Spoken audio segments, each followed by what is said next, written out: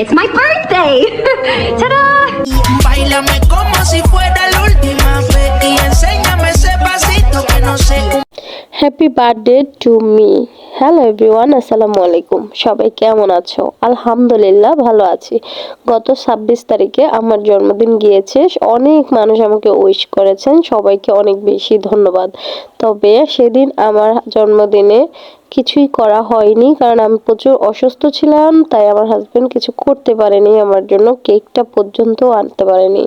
তো কালকে 30 তারিখ রাতে সে আমার জন্য কেক নিয়ে আসছে।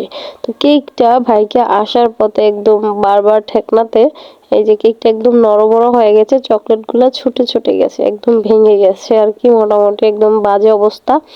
তো কেকটা আপনার খুবই মজা। তারপরে সে আবার গিয়ে আরেকটা কেক নিয়ে আসছে আর মামির জন্য 2টা বেলি ফুলের মালা নিয়ে আসছে। এর চেয়ে আর কি হতে পারে বড় গিফট জীবনে? এটাই সবচেয়ে বড় গিফট।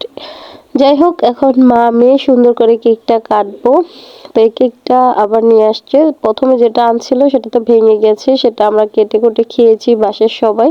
তো এটা আবার নতুন করে নিয়ে আসছে, এটার মধ্যে সুন্দর করে লেখা নিয়ে আসছে happy birthday to you Saurabhi. কারণ দুজনের নাম থাকাটা ভালো, একটা মেয়ের একটা আমার।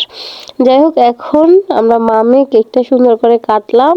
তারপরে মা মেয়ে খাচ্ছি, আমি আমার মেয়েটাকে খাওয়াই দিলাম আর মেয়ে আমাকে খাওয়াই দিতেছে, খুব মজা।